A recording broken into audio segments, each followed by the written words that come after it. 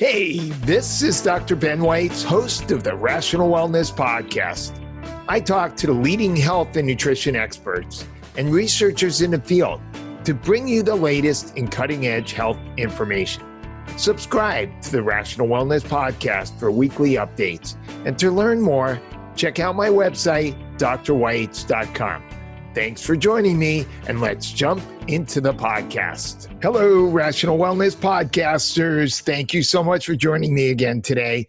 Please go to Apple Podcasts or wherever you listen to your podcasts and give us a ratings and review. We'd really appreciate that. If you would like to see a video version, go to the YouTube page. And if you go to my website, drweitz.com, you can find detailed show notes and a complete transcript. Today, we will be speaking about eye problems with a focus on dry eye. As we record this, we're in the midst of the coronavirus pandemic right now, and a number of other interviews I've had recently have shifted the discussion to make it relevant for immune strengthening. And I admit that today it's difficult to focus on almost anything else other than the coronavirus. It seems to dominate all the health news right now, and understandably so. But we are not going to change this discussion to make it relevant for this current crisis. You can think of this discussion as a distraction from the nonstop COVID-19 news. And let's not forget that constantly washing our hands and worrying about not being able to get face masks or gloves or paper towels or toilet paper or thermometers, we all have other health concerns besides getting the coronavirus, and dry eyes is one of those. In fact, if you're trying not to touch your face to avoid allowing a virus from getting into your system through your eyes, having dry eyes makes this more difficult. Today, we are going to interview Dr. Jenna Zigler, and she previously owned and operated two optometry practices. But she sold them in 2017 to focus on her company, I Love, whose mission is to heal 1 million dry eye sufferers naturally. Dr. Jenna and her husband used the profits from I Love to fund free and low-cost clinics in Jamaica and the U.S. And there are increasingly more people in poverty in the U.S. right now.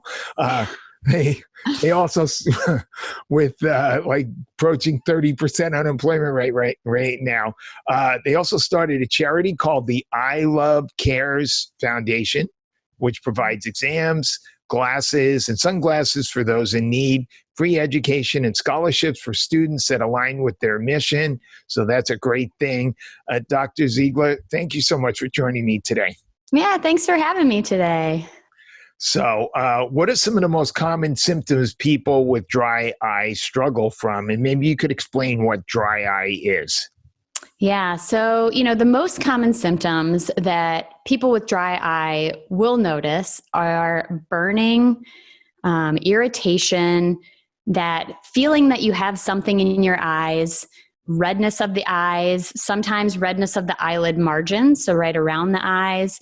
Sometimes they might notice crustiness on their eyelashes, blurred vision. There are so many things that somebody with dry eyes might notice. And it can be devastating for some people, because if you can't see or can't keep your eyes open, you have a hard time working and functioning in daily life. And so dry eye disease is really a multifactorial disease. So there are so many things that play into dry eye or have the potential to, be a contributor for dry eye disease. And there are really two different forms. So the first one is a more common form of dry eye, and this is evaporative dry eye. And what this means is that basically the tears on the front of your eyes are just evaporating way more quickly than they should. So you might have tears, but they're gone within seconds. And this is due to a dysfunction in your meibomian glands. So you have these little glands in your eyelids. There are roughly 31 on the top of each eyelid and 31 on the bottom eyelids. And people will lose those glands over time if they don't take proper care of their eyelids. And there are certain other things that can cause it as well. But basically, when you have meibomian gland issues, the oil that those meibomian glands are supposed to secrete, that's what keeps those tears intact. And when the oil is not functioning or it's not high quality, then it causes those tears to evaporate really quickly. And so the second form of dry eye that many people have is called aqueous deficiency. And this stems from the lacrimal gland. So we have a lacrimal gland for each eye up in your eyelids there. And basically that secretes the watery portion of your tears. And so anything that affects the lacrimal gland can affect that watery portion of your tears. So it might be aging as a big one. Just aging plays into almost the atrophy of that lacrimal gland. And then also medications is huge. People don't realize that a lot of the medications that they're taking for different, other different conditions can contribute to dry eyes in that way. What are some of those? Yeah, so some of those are high blood pressure medications, especially, your beta blockers, the ones that pull the water out and all of that, those are just diuretics. Yeah, exactly. Those diuretics are just pulling all the water out of you. And so that includes your lacrimal glands. Anxiety medications and, SSRIs and things like that have a really big effect on the eyes. And then of course, antihistamines. If you've got allergies and you've got dry eyes, it can be really hard to balance that because antihistamines they work to dry you out. So they're going to work to dry out your eyes as well. Interesting. So let's start with the meibomian gland. So these are glands that secrete like an oil into the eye, essentially? Yeah, absolutely. So they secrete that oil, and they do that every time you blink. So you blink your eyes, and that oil is secreted out onto the front of your eye, and it becomes a layer of your tear film. And it's the layer that keeps those tears from evaporating. And so what causes that to malfunction? Or for these meibomian glands do they die or stop working or? Yeah, they can. In some people, they can atrophy and completely stop working. Most people don't lose all of them, so they'll still have some functioning glands. But there are people out there that don't have functioning. What makes them atrophy or stop working?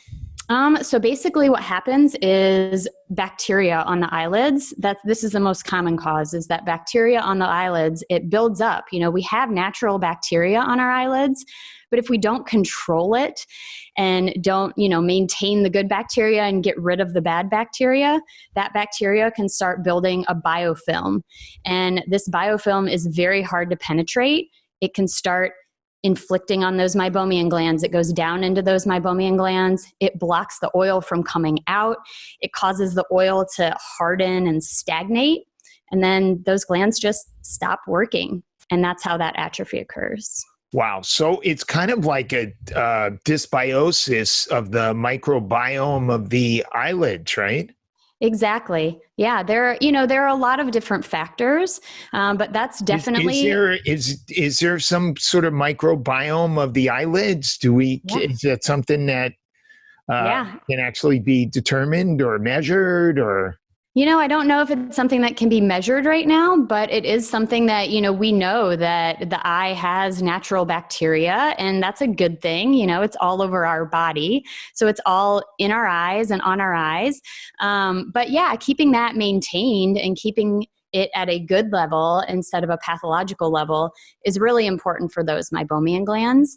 And also things like screen time, for example. So we know that when we're on a screen like a computer or an iPhone or iPad, or even when you're reading a book, truthfully, you're blinking a lot less. And so when you're staring at a screen, you're not blinking and letting those meibomian glands release oil. And so we're thinking that, we're starting to see meibomian gland dysfunction in very young patients. So kids and teenagers, because they're on these devices all day long. Sometimes the average is like 7 hours a day. Interesting. So not blinking. Mm-hmm. Wow. Yep. So when my wife is telling me something and I keep blinking and she says, "You're not really listening to me," my excuse can be that I'm just making sure that my meibomian glands are working properly. Exactly. You're making sure that you're getting those full blinks in. It's really important. Yeah. I mean, one of the things we recommend for people is actually when you're on your computer all day, many of us work in front of a laptop or in front of a computer now, take a break every 20 minutes. Either get up from your desk or at least look 20 feet away and let your eyes rest, blink, consciously blink, because we're blinking all day long, but we're not consciously doing it all the time. So it's important to get those blinks in and take those breaks from your computer screen. What about heat that's emitted from electronic devices, or even heat that you get exposed to if you're out in the sun, or, a lot of people are doing red light therapy or sauna. Can that have a positive or negative effect? So there are a couple different things here. I mean, we know that UV has in general, a negative effect on the eyes, just because it can, cause cataracts and contribute to macular degeneration and things like that. But we know that heat for the eyelids and for the meibomian glands can actually be a good thing especially when it's applied directly to them. So there are devices out there that kind of clamp your eyelids. There's one called LipiFlow, and it kind of clamps around your eyelids and it heats your eyelids up as well as pulses them. So it kind of works that oil out of your glands. That is one treatment for meibomian gland dysfunction. And when it's you a great say one. It pulses it provides some kind of manual sort of massage or pressure to pump the glands. Is that what's happening? Exactly. Yeah, exactly. So it's kind of pumping those glands out as it's heating up. And the thought is that, we want the oil that's coming out of our meibomian glands to be the consistency of olive oil. So a lot of the time, it kind of becomes the consistency of hardened butter or of toothpaste, and that's not what we want. So the thought is if you heat up those meibomian glands, you heat up that oil, it kind of starts to, become a better consistency, and then that pulsation can, release that oil onto your eyes. Interesting. So could you apply like hot compresses and sort of do a manual massage in place of that? Yeah, absolutely. And that's something that we recommend. You can do it, I would say, no more than once a day, but if you suffer from dry eyes, this is something that can help with symptom relief. So use a warm compress. You can buy them, on Amazon or in most stores. Put it in the microwave for about 20 seconds and then just lay it over your eyes for about 10 minutes. And then what you can do is kind of just do a massage of your eyelids. You can just kind of work those oils out, and it's not going to be as effective as, the machines that are on the market, of course, but it's going to provide relief for many people. And those machines, are they for home use, or you go to a clinic to have it done? These are mostly clinic. Yep. So a lot of eye doctors, optometrists, and ophthalmologists have devices like that. Now, my wife does the opposite. She has this eye patch thing that she puts in the refrigerator, and then she puts it over her eyes to try to decrease wrinkles. Does that have a negative or a positive effect? No, I think really it's all about symptom relief. So if she has, puffy eyes in the morning or wrinkling that she's noticing, absolutely, use that cool compress. That's something that we recommend for people with allergies because they get a lot of swelling. And then even people that have ocular rosacea or rosacea in general can benefit from a cold compress versus a warm compress because we know that kind of heat can kind of exacerbate those rosacea symptoms some of the time.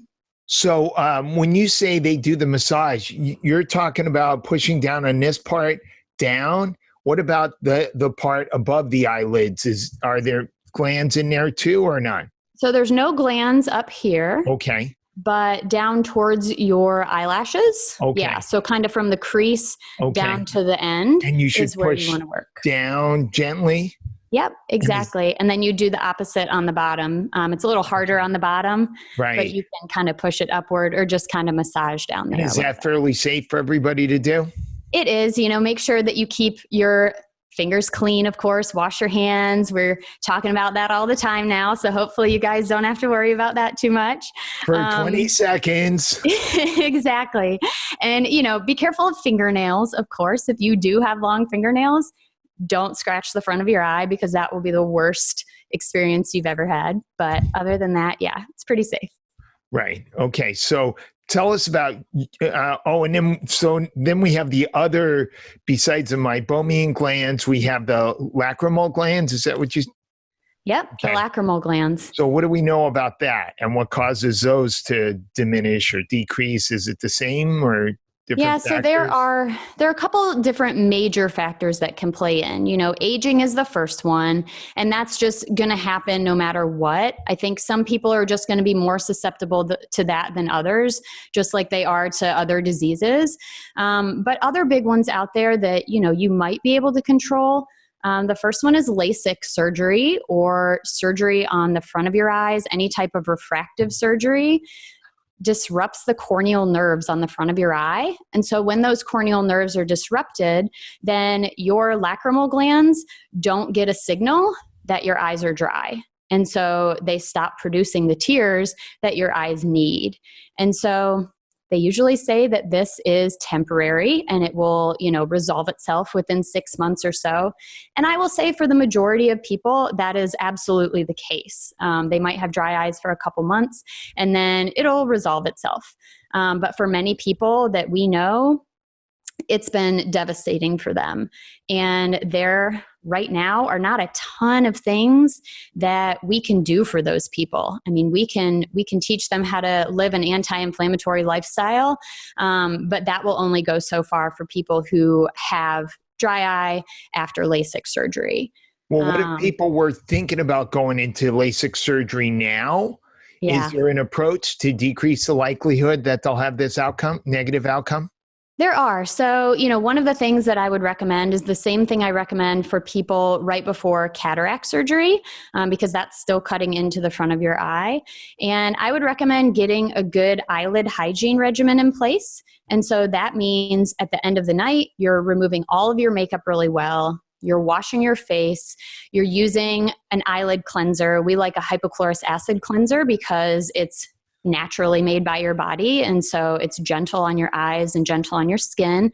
And just really making sure that you're keeping that, that ocular flora in balance, because when it gets off balance is when you're more likely to have issues afterwards. So that's really the big thing that you can do. A hypochlorous acid solution? Yep, hypochlorous acid. We have one and it works really well for people. There are lots of other brands on the market too, and they work really well for most people. Most people don't have sensitivities to it or anything like that, which is nice. Okay. Because acid sounds a little scary around the eye. It does, doesn't it? I know. Oh. It's very, very gentle. So, yeah. Okay. So tell us about your approach to dry eye treatment. Yeah, so we really, with every dry eye patient, we start out with the basics. And this is going to be stuff that you've probably heard before, but we have to start here because so many Americans are living such a horrible lifestyle as far as taking care of themselves. They just don't take care of themselves. And so we start out and we talk about hydration being a huge one, especially for your eyes and those that have dry eyes, because when your body's not hydrated, your eyes, your glands aren't going to make the proper tears. And so we recommend that everybody be drinking, of course, work with your doctor on this, but half your body weight in ounces of water per day. Start there. And you will feel better if you are not drinking any water during the day, I promise. And then we move into diet changes that you can make. So an easy way to make a good diet change is to replace whatever you're having for breakfast, which is normally eggs, bacon, toast, dairy yogurt, you name it, donuts, I don't know, cereal. Replace that with a green smoothie. And right in the morning, you're getting not only hydration, but you're packing your body full of greens, full of antioxidants, full of all those nutrients that your body is craving and that your eyes are craving. And so that really helps a lot of people. And then we get into talking about processed foods and excess sugar and things like that, pesticides. We're surrounded by that in the grocery store. You go to the grocery store and all of those middle aisles are full of processed food. And it's hard to stay away from that, especially in, times like these. We go to the grocery store and there's only so much on the shelves sometimes. There's not everything that you want to buy. So you just have to try to make good decisions in what you're purchasing. Read the labels. I know nobody wants to read the labels, but it is very important. And, we talk about exercise because so many people are sedentary. So we talk about just starting out with a walk. Now all the gyms are closed, so it's even more challenging to get your exercise in. Yeah, it's amazing. I see way more people out now. We go out every day, a couple times a day, for a walk or a run or whatever. And you see so many people out now, and it's so refreshing to see. I wish we saw that every other normal day of our lives. Of course, that started happening in LA, and the parks started being packed. And then the mayor said, "That's it. Parks are closed now too. I know, hiking trails are closed. That's horrible. I saw pictures. Golf courses now." I know. My brother works at a golf course, and yeah, they're closed now. Although you can still go out and play, so that might be. You can go play, but there are no like services, so you can go out and bring your clubs and play. Not in LA. Maybe not anymore. Not in LA. No. Yeah. So it's a little crazy, but do what you can to get some movement in during your day. And then the last big one that we talk about is mindfulness and practicing different techniques that can help you manage stress in your life. And there are so many things that you can do to do that. But what do we mean by mindfulness? Everybody throws that term around. Everybody thinks they know what it means. Yeah. But what does it really mean, and how do you apply it? So what it really means is just being aware of how you're reacting to things, in my mind. That's how I kind of define it. If I'm having a crazy day and I find myself getting angry, I know that I need to step away from the situation, and maybe I need to go, do a meditation or do some reading or journaling for a while. A gratitude journal is an absolutely great way to think about all of the amazing, wonderful things in your life instead of thinking about the horrible dry eyes that you have. And so that's a way to kind of be mindful about the good things in your life, and it can help to decrease that stress. Other things like yoga, that can be really good. We really like yin yoga before bedtime because it helps to kind of calm the mind, calm the body. It's mostly stretching, so that's also good for you. We've been having an excellent discussion, but I'd like to pause for a minute to tell you about our sponsor for this episode of the Rational Wellness Podcast. Our sponsor for today is Metagenics, which is a leading practitioner-exclusive nutritional therapy company offering physicians evidence-based formulas to improve their patients' quality of life. Metagenics provides functional nutrition support to allopathic, integrative, and holistic practitioners alike.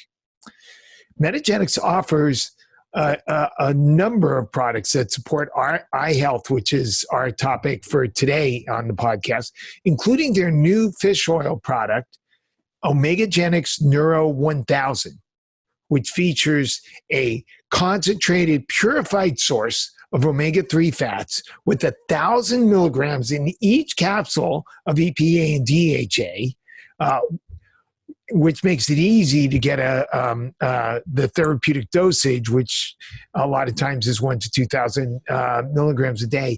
And this product is concentrated with 750 milligrams of DHA and 250 milligrams of EPA. It's also in a natural triglyceride form. And beyond that, Metagenics adds specific antioxidants, rosemary, mixed tocopherols, and ascorbyl palmitate, which is an oil-soluble form of vitamin C, are added as antioxidants to make sure that the omega-3 oils stay fresh. So this is an awesome product for eye health. And now back to our discussion.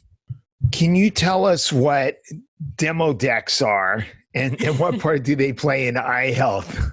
Yeah, absolutely. So Demodex They are an Yes. eyelash mite. And exactly, if you're not itchy yet, you're going to be itchy soon.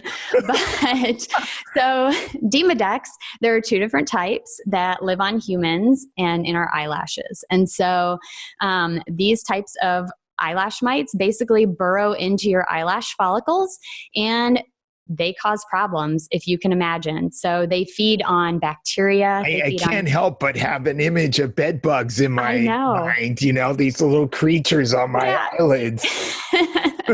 It's horrible. And when you start thinking about it, I don't want people to think about it so much that it freaks them out and that's all they're thinking about, because that does happen sometimes.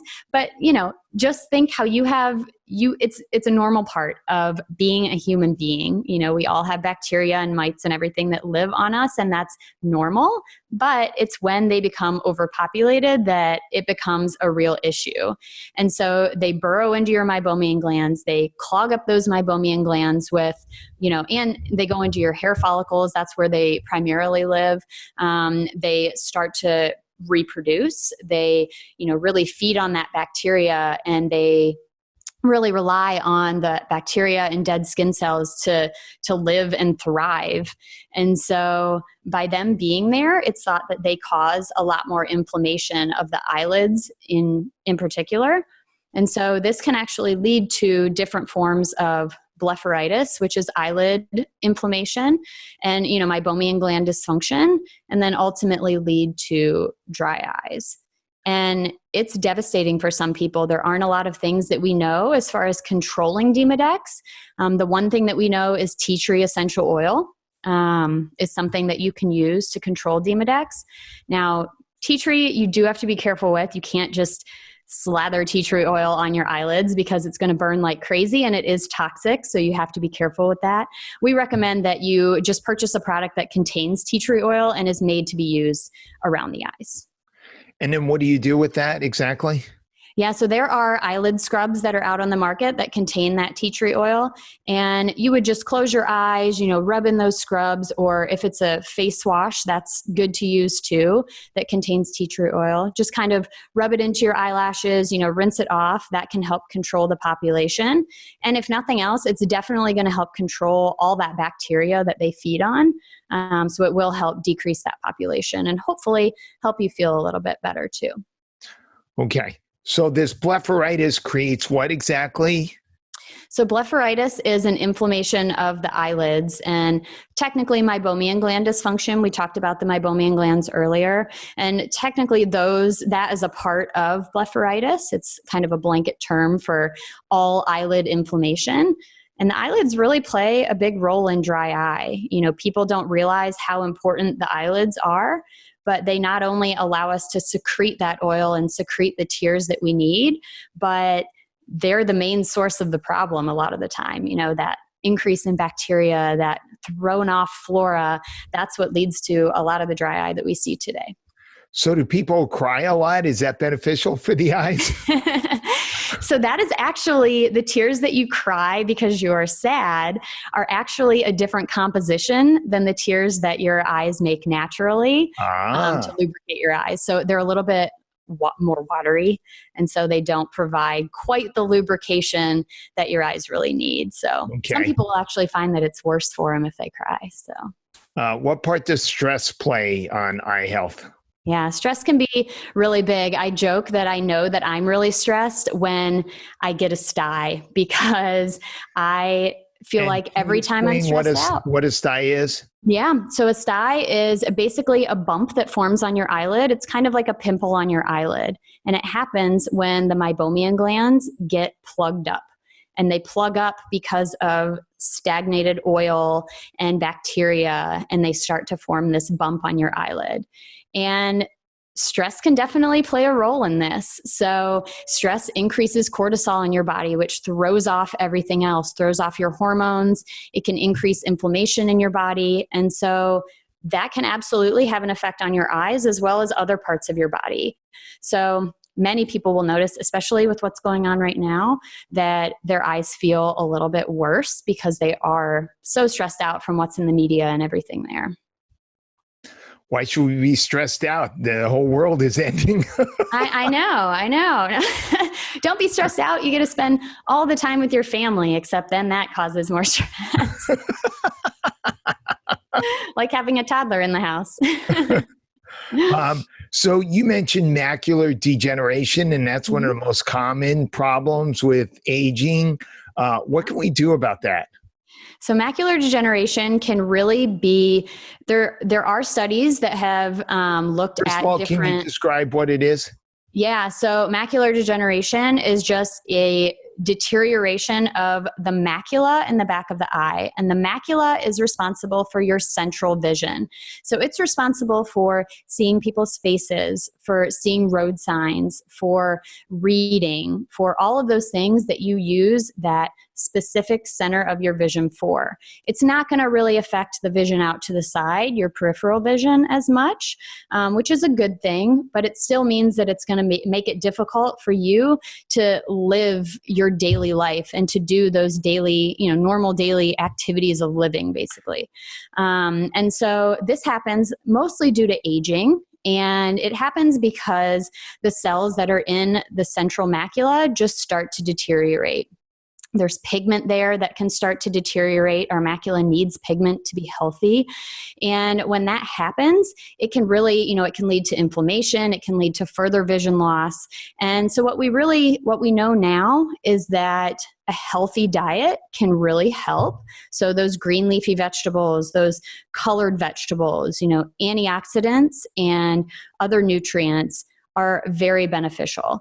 So there's a study out, the AREDS study and the AREDS-2 study looked at specific vitamins and minerals that potentially, or they were looking at if they could help, in the progression of macular degeneration. And it was found that a certain formulation called the AREDS-2 formulation now, that certain formulation is beneficial in stopping the progression or halting the progression of those that have moderate macular degeneration. So we don't know much about preventing it in general, but we know that a healthy diet can absolutely play a huge role in that. Can you describe what are the key nutrients in that AREDS-2 formula? Yeah, so it started out with, a lot of it is carotenoids. So lutein, zeaxanthin, you can get those separately if you want to, but they also come in an AREDS-2 formulation. Zinc is in there, a little bit. Now on the carotenoids, I've heard like some discrepancy. One of them is, let's see, is it zeaxanthin or cryptoxanthin that comes from corn? Is that right? I think it's cryptoxanthin, which is, I don't know much about that one, but it does scare me a little bit just because if it comes from corn, I'm not big on that. Right. And I've heard people say, well, I'm using astaxanthin, and that has the same benefits as the zeaxanthin and the lutein. Is that true? Do we know? What do we really know? Yeah, that can be a great benefit. That is a great one, and one that I recommend to all macular degeneration patients. Astaxanthin, Yes, definitely. Yeah. And then there's one that's mesoxanthin too. I believe we don't know as much about that, but it's definitely something. I hadn't heard of that. Where's that come from? I'm not sure. I just know it's one of the other ones that isn't talked about too much. So we got these carotenoids, right? And then we also have, is beta carotene part of that or not? So it used to be in the AREDS original AREDS study, beta carotene was a huge part of it, but then they started finding out that in smokers, it can contribute, or even people that smoked in the past. The Finnish smokers study. Lung cancer, exactly. Yeah. And so they kind of, in the AREDS-2 study, they looked at if they could take that out, and they did take that out. So it's no longer in, any AREDS-2 formulation, which is fine. I totally get that. Of course, there's no way that you're serious about your eye health if you're smoking. Yes, exactly. So that's actually the number one. For cigarettes or vaping, and all these people who are vaping who think that it's better for you, just give that up right now. It's horrible. Yeah. And smoking is, I want to say it's the number one cause, if not aging, then smoking is the number one contributor to macular degeneration. So stay away from those cigarettes. The number one contributor to everything. Everything. Yeah. huge numbers of cancer, heart disease, on and on and on. Yeah. So what other nutrients are in there? Is vitamin A and D in there? So C and E. C and E. Okay. Yeah, those are the big ones. And really, it's that combination. There's a few B vitamins too, right? Is like biotin one of them? That isn't one of them. No, one of the B vitamins I think is in there. B6. I wish I had it in front of me, but okay. Yeah. But I know that, B6 and a lot of those B vitamins can be very helpful for the eyes. So yeah. And then we have fish oil as an important supplement for eye health, right? Exactly. And so fish oil is a very important supplement, and there have been a couple studies out on fish oil and dry eyes. And we're specifically talking here about triglyceride-based fish oil, so a higher quality fish oil, medical grade fish oil. By the way, for those who don't know, and to be honest with you, over the years, the research has gone back and forth and back and forth. Yeah. And fish oil, or fish in a natural form, the fish oil would be in a triglyceride form. Yeah. But then when they purify it to get out all the PCBs and mercury and all the other things, it ends up in the ethyl chloride form. Mm-hmm. And then if you want to get it into the triglyceride form, you have to go through another process to process it back into the triglyceride form. So, and the controversy is which is the better form, the ethyl chloride form or the triglyceride form. And so you're talking about the fact that the triglyceride form may be the better utilized form. Yeah, better absorbed. So most of the studies are done on, triglyceride because we know that it's better absorbed by the body. And so we've found that basically there was one study that was done with fish oil compared to the placebo was olive oil. And it showed that comparing those two, there was no difference in fish oil for dry eye being better than olive oil. But I have a problem with that study because olive oil is a very healthy oil. Right. So to compare it to olive oil is, in my mind, just not fair, sort of. I mean, it showed that both of them actually improved dry eye symptoms and different measures that they looked at. And so that tells me that fish oil is beneficial. Yeah, why don't we do this? Why don't we take a McDonald's cheeseburger and squeeze that out and compare that oil to fish oil?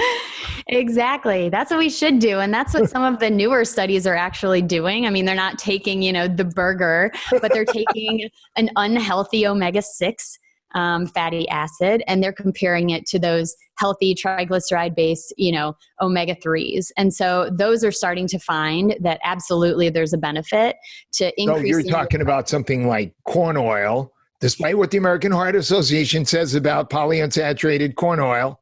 Yep, exactly. So, despite what they say, really the only healthy oils in my mind, there's fish oil, of course, but then avocado oil, extra virgin olive oil, coconut oil, those are pretty much it. I mean, that's what we use in our house, and that's what we recommend for our patients. So.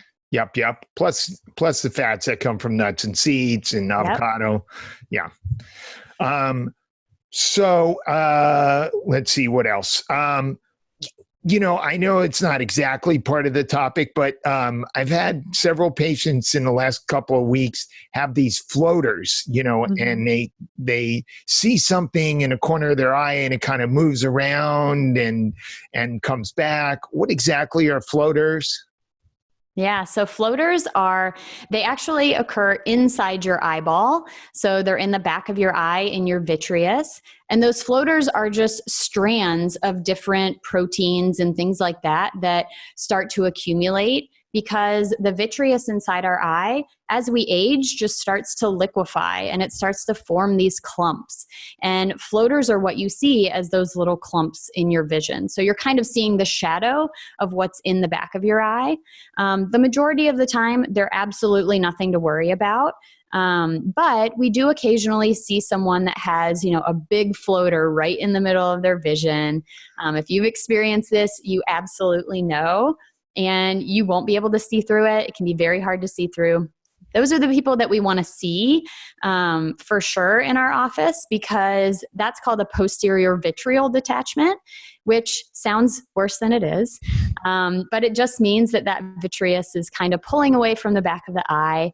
And it's a normal aging process, happens in tons of people, and it's very common, but it can potentially lead to other issues such as tears in your retina in the back of your eye and things like that. So we would just want to monitor you if you have a floater that... Is there a treatment for floaters? There hasn't been for a really long time. Now they're starting to do some laser for floaters, but really whether it's incredibly beneficial or not, it's all patient dependent. So some people will find benefit from it, other people won't.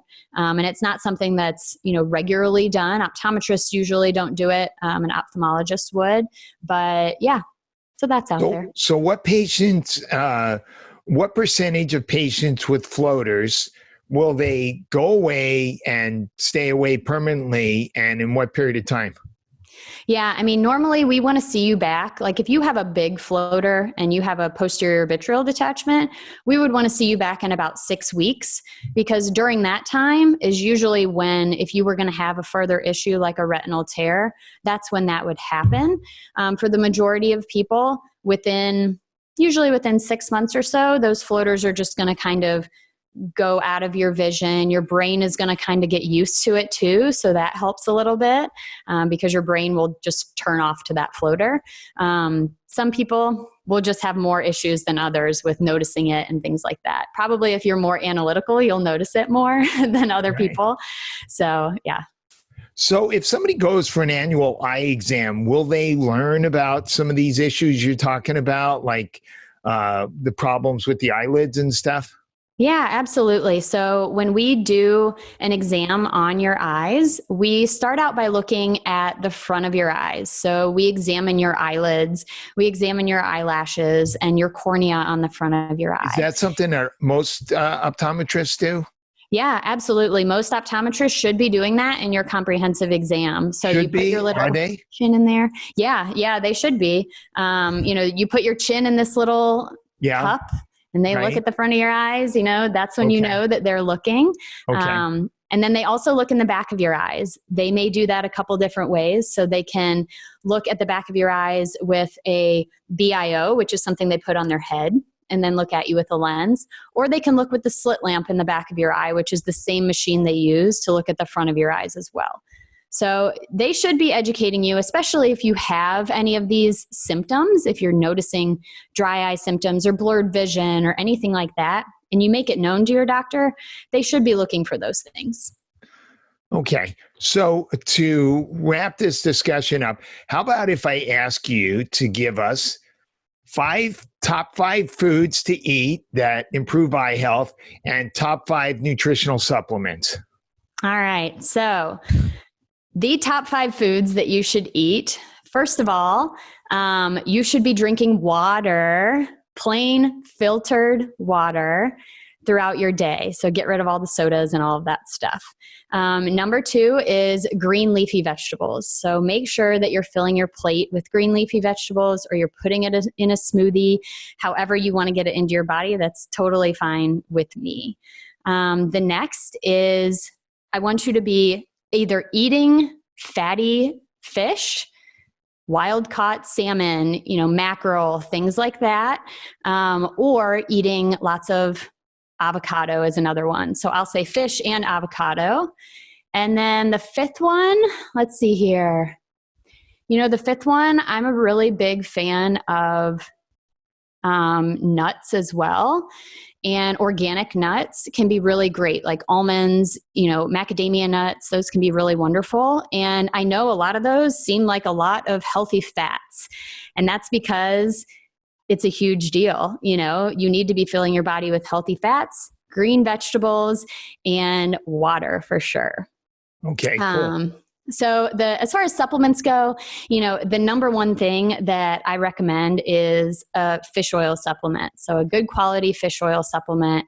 Then I would move on to a lutein. If you don't have macular degeneration or a family history of it, then there hasn't been a benefit shown of taking an AREDS 2. Now, lutein is good for everyone. And so I would take a lutein supplement. And then let's see here, vitamin D, because most people are vitamin D deficient, and that is going to play a role or has the potential to play a role in all parts of your health. The next one, let's see here, probiotic. Okay. Good probiotic is going to help that gut flora. What's a good probiotic? So I know we could spend an hour on what's a good probiotic. Yeah, we could spend an hour. And of course, there are ones out there. So I believe it's lysate-based probiotics that have been shown to be beneficial for the eyes. And there are some... What was that term? It's lysate probiotics. There's one by it's VSL, and it's medical grade. Yeah, everybody's heard of VSL. Yeah, it's super expensive. So that's hard for a lot of people. We use one from doTERRA that works really well for us in our lives. So that's the one that we like to recommend. But probiotics are really going to help to keep that gut flora in check. Gut health is really huge as far as dry eye goes as well. So absolutely take your probiotics. And then, the fourth one isn't really a supplement, but it's something I recommend every day. So the fourth one is an eyelid cleanser, because if you keep your eyelids clean and you do it when you brush your teeth, so you brush your teeth twice a day to prevent all that tartar buildup and cavities. And if you do the same for your eyes, if you're cleaning your eyelids twice a day, then you can prevent blepharitis and meibomian gland issues and dry eyes. So absolutely, those are my 5. And is that your eye hydrate product? Yeah, so we have a product that's called Hydrate Lid and Lash Cleanser, and it's a really great product that it's super easy to use. You just spray it on your closed eyelids and then rub it in. Just let it dry and you go. My husband just sprays it on and he's out the door. So it's really easy to use. It couldn't be simpler. Great. So can you tell us about your contacts for people who would like to get a hold of some of your eyelid and other eye products? Yeah, definitely. So we do have an offer that you can try a bottle of our Hydrate Lid and Lash Cleanser for free. It's a month's supply. You just go to freehydrate.com and you can purchase it there. You just have to pay shipping. So that's definitely what I recommend. And then if you want to find us, we're on YouTube on the Dry Eye Show. So we put out lots of videos and content all about dry eyes, all about eye health in general, all about health in general, really. And so you can watch some of our videos there. And then we also have a dry eye syndrome support community on Facebook. There are about a little over 10,000 people in there that suffer from dry eyes, and we're in there every day helping out. That's great. Awesome. Thank you, Dr. Zigler. Yeah, thank you.